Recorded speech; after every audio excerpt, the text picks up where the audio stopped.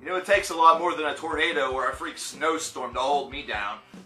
Although they definitely tried within the past week. Hi, how you doing? Welcome to 6 recently released albums that you need to check out. The series where we aim to expand your CD or vinyl collection based off of things that were just released over the weekend. And yeah, you might have realized we said 6 instead of 5. It was a huge weekend. There was a lot of great stuff that dropped, so we do have an additional album to speak about. There would have been one more.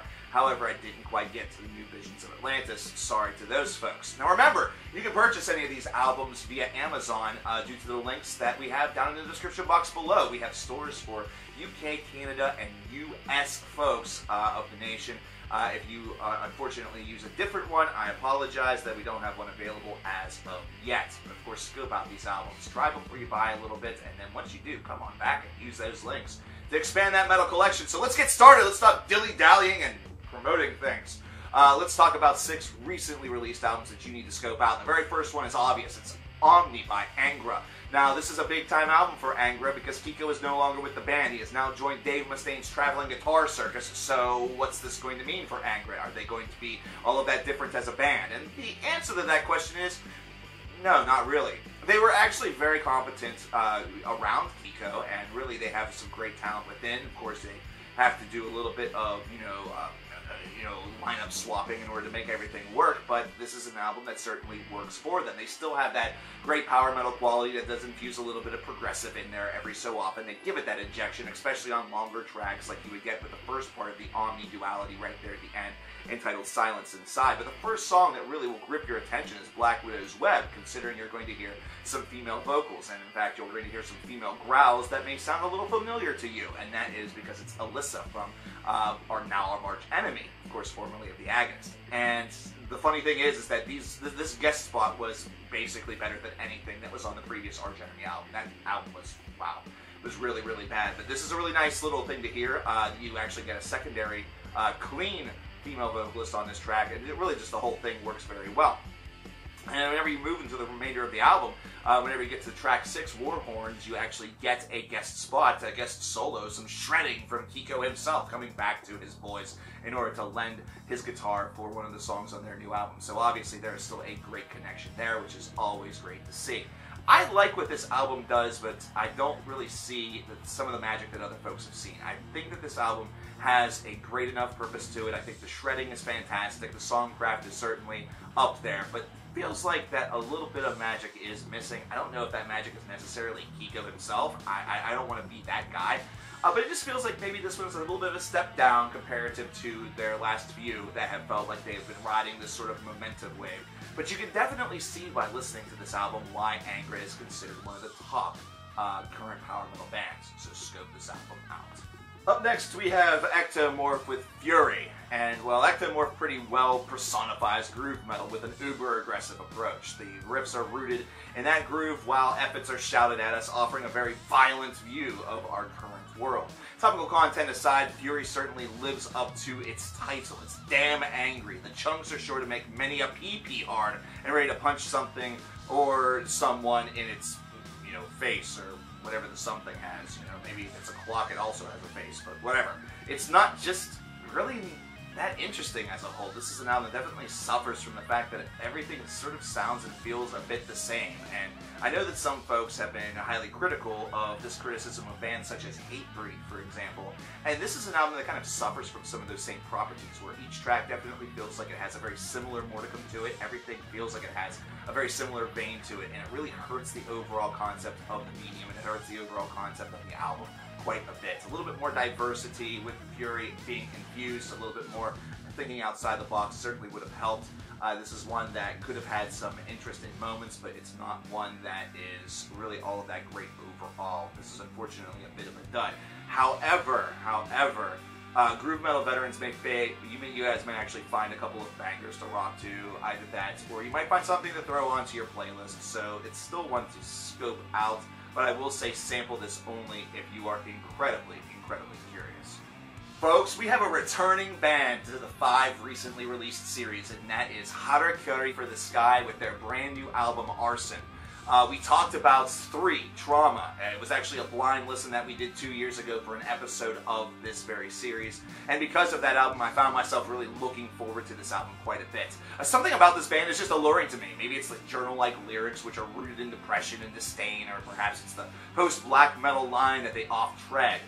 For hating life so much, Arson certainly has some wonderfully hypnotic moments which get your head bobbing a little bit.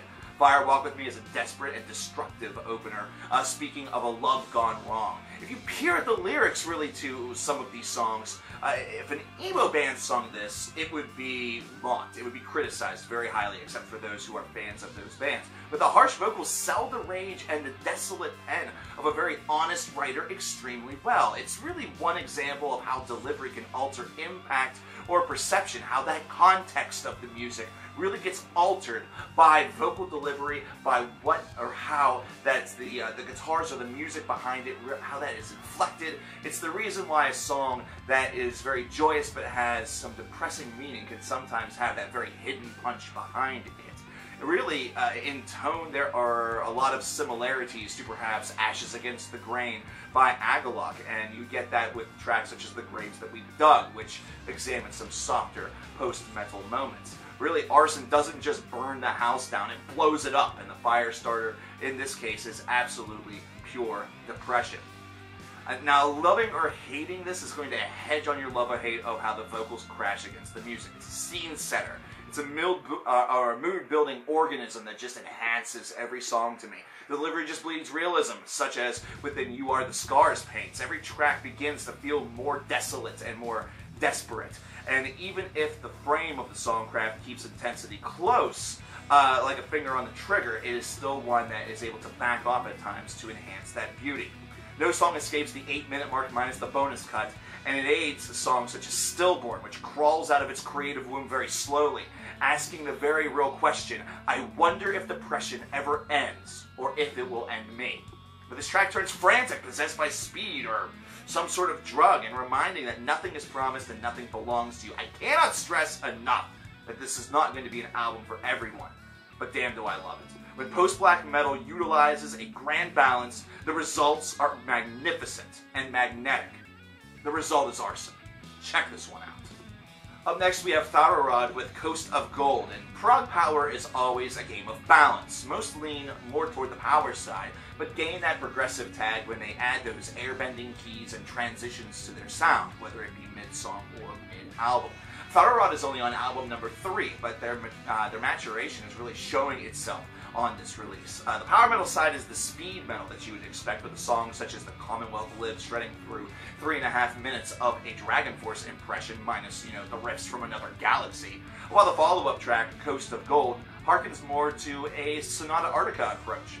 That's not too bad. Those are 2 members of probably the top 10 power metal bands of all time. 24601 is more of the prog power tag, which is evidenced by the variance of verse to chorus tone. Meanwhile, the album's closer, entitled Rala, is a soft and beautiful song which tactfully deploys a change of pace to manifest a memorable final moment, which is something that every band should want for their album. Now, Coast of Gold can get a bit lost in itself at times. The shredding is enjoyable enough, but the variance is where the album is at its creative peak. See a track such as Into the Flood, which has craftsmanship that builds right out of the second verse of the second wave of power metal playbook, so consider the 1990s. But then My Sun Will Rise opts right back into faux Dragon Force. Now notice how the former sticks out just a little bit more. I like where this band is going, and I think they're really getting very close to where they want to be, and being where they want to be, it's just going to take a little bit more time, but I'd still say scope this one out. Cypecore with The Alliance. Melodic depth with some industrial qualities, probably sounds like a wet dream to some folks, and maybe Cypecore will offer some of that for them. But their 4th album offers some lengthy material, but some questionable choices. There's a little much in open space here, meaning that song development seems to lag a bit in locations, or seem to linger too long, feeling a little bit tedious. Dissatisfactory is a 5.5-minute long song whose point is made in 4 minutes, and that offers a really good example of what I mean. Now the follow-up, Dream Smasher, is a little bit more open-ended and spacious, which lets the merger of mellow depth and industrial work a little bit more of its magic. A little bit of Dagobah and Soilwork meets some attempted Fear Factory intensity throughout this affair, and it works best on tracks such as Aeon or Leviathan, which feel complete and not overly devoted to extension. And I was actually hoping to like the 7-minute long Remembrance a bit more, with its slow, brooding opening and moody verse riff, which was complete with synth additives, which features fewer calories, but it left me wanting just a little bit more by the time its 7 minutes were concluded. The Alliance's length is definitely its biggest foe. This is 57 minutes that crawls by at times, mostly hindered by many similar moments that beg for a little bit more reach and creativity. Now, don't allow this to dissuade you from trying it, though, because a Melodeath fan might find some playlist-worthy stuff here or just absolutely orgasm all over it. So, if you do like Melodeath, if you like industrial, if you like bands such as Soilwork, Fear Factory, and Dagobah, this one's certainly worth at least giving that curious listen. We end with Extremities with their debut album entitled Gaia. Now, these guys are a progressive groove metal band from the Netherlands, and for their first offering, we get to see they have a bit of a Dr. Jekyll and Mr. Hyde approach to their music and their songcraft. Now, in some places, such as the opening track Colossus, they have a very Gojira-style feel to them, where they have those thick and bubbly riffs that just thrust through, and the vocals, whenever they really hit that more aggressive, growling side, certainly emanate some feelings to that band. But then, they almost seem to transform and become a completely different group, which is instantly felt off of a track such as Circular Motions, or the follow-up. And these two songs feature great, clean vocals, and those vocals and the overall scope of the music just shifts to sort of mold around that. So we have a softer environment that only escalates when necessary. This is a strong, clean voice, whether it's doing softness or a little bit of harshness to it. And overall just has a great body to it. But whenever we get back to some of that chaos, then we're kind of left wondering, which side do we actually like more? Or is this something that should really be, individual? Or should the two combine to become Dr. Jekyll Hyde or Heidel? And then we get the finale, which actually delivers our wish of that combination. The Inward Eye is a 17-plus minute long song. Can you imagine the groups doing this? Could you imagine Gojira doing this? Could you imagine Mastodon doing this? Now, Mastodon's certainly gotten a lot closer, but wow, this is really ridiculous in concept. Then you listen to it, and then you realize how exceptionally well this band is able to use pace and their very own sound, those two sides to their collective advantage. This is a monolith of a song. It is a behemoth of a track, and it is one that uses each and every one of those 17 minutes exceptionally wisely. And I love this album for that. This is a band that does not overindulge. This is not a band that overreaches or underappreciates. Instead, it's one that is able to use and utilize that balance to find a little bit more about themselves in the process. They are certainly a different band after track one than they will become really when the final track finishes up. I love this album. For a debut, I'm damn impressed. There can only, hopefully it only goes up from here, because this is going to be a tough act to follow. Really solid album.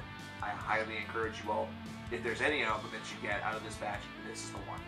There you have it, ladies and gentlemen, 6 recently released albums that you need to scope out, and you need to do that immediately. You don't have much time before we have to do this again. I just smacked things. Everything's going to go crazy. As a reminder, you can get the albums over on Amazon if you're in the US, UK, or Canada, or if those are the Amazon stores that you use.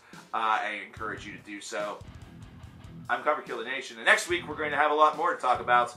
We're going to have more albums to add to your CD and vinyl collection, so definitely stay tuned. I'll talk to you guys next time. Take care.